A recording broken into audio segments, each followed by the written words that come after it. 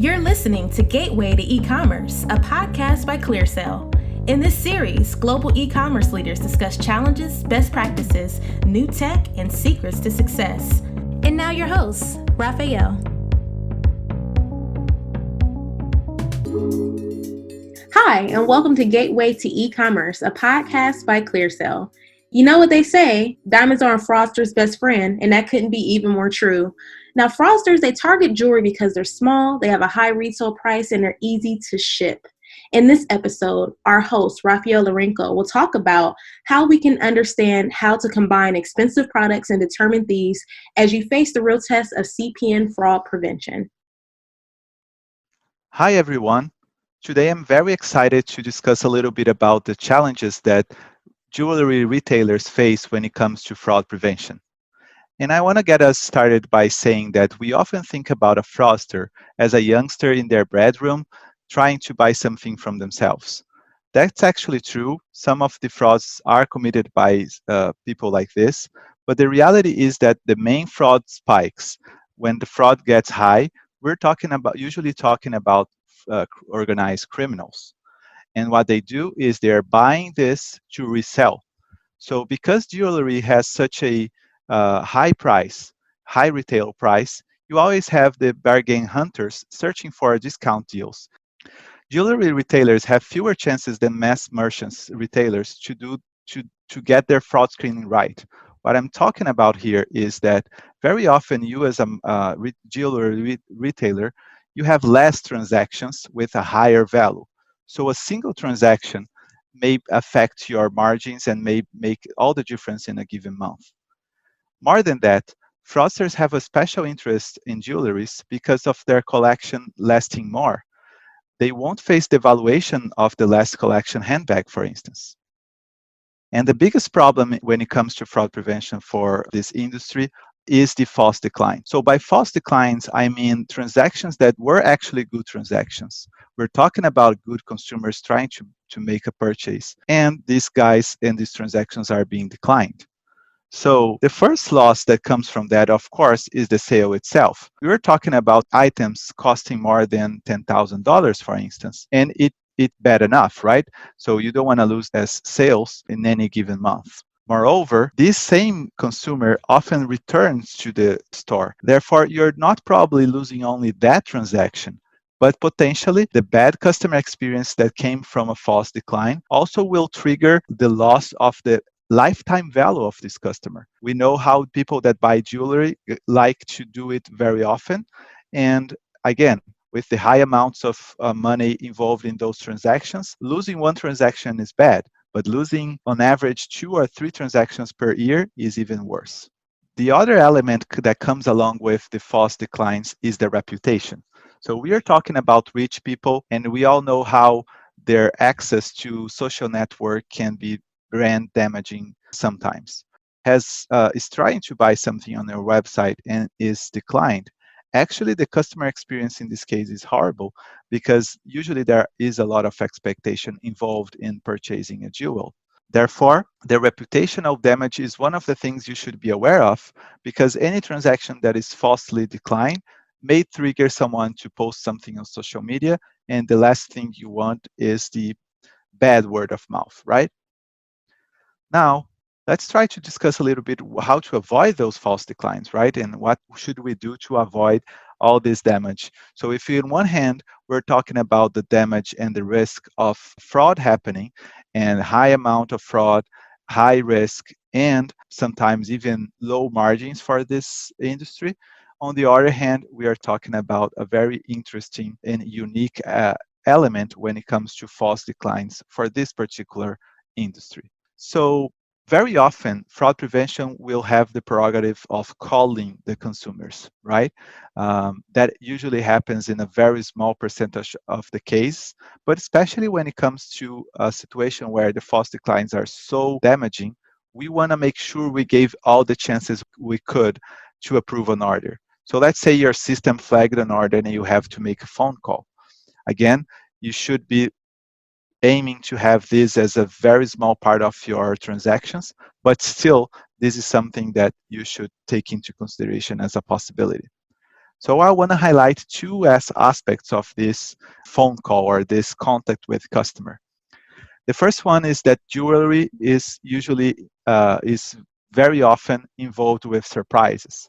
So let's say you're calling a house of someone, and eventually you're talking not to the card holder but to the significant other.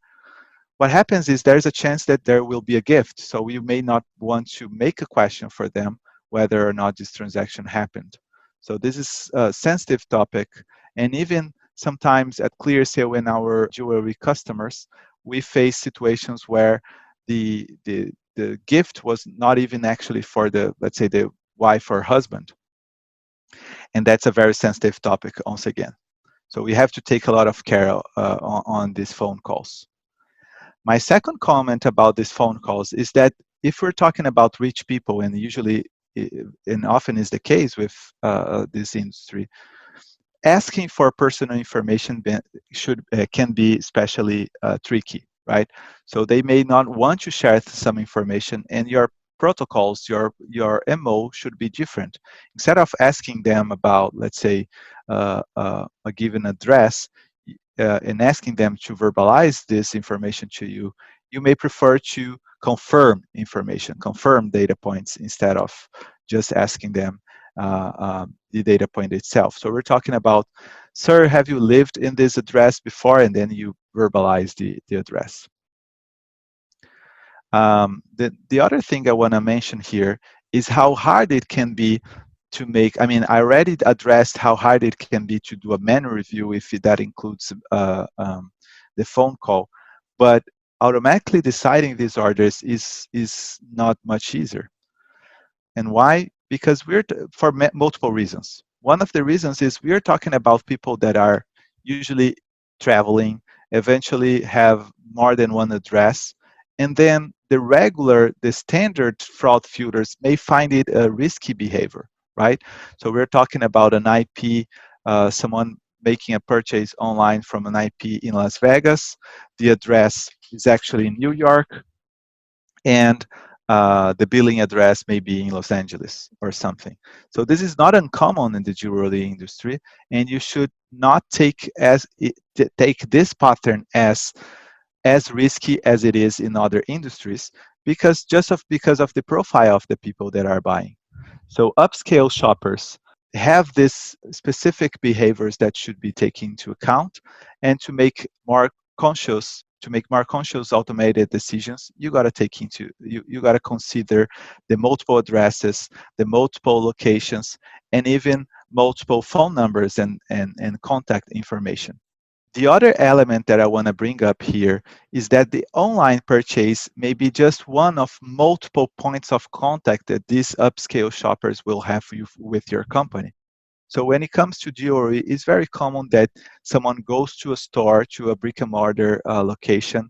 They look at the item, they compare it to, they take pictures, they get back home, and then they will eventually reach out to you via phone or even via your website. So it's interesting that when usually we are talking about card not present fraud prevention, referring to online purchases, to e-commerce, when it comes to jewelry, it's not that uncommon that we are talking about phone orders, just because of the situation I just described. So I'm traveling, I check out a store, and I check out a given item, and then I go back home and I just call the store and I want to make a purchase over the phone, and they will have to take my information over the phone, and we'll place the order in their system, and this is subject to chargeback.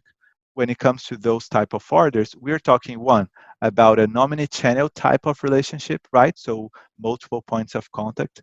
And two, some types of orders may not sound like they are risky, but they may be. Again, if we're talking about a phone order, you are talking about a card not present transaction. And therefore, the risk of a fraud, the risk of a chargeback relies on you as a merchant. So we discussed already how unique is the behavior of these customers in their purchase journey. We discussed how damaging the chargebacks for this business, and how hard and challenging it will be for you to prevent from these frauds from happening, as well as dealing properly with your customers. the challenges that are involved in the jewelry space are higher than anywhere else, and you should try to find someone who really knows how to handle these challenges. So my last recommendation before we wrap up here is to try to understand that the jewelry industry is so unique that not only when finding a partner, finding a solution provider, you should look for experience on the space, on the e-commerce space, number of customers and transactions and experience, years of experience on the space.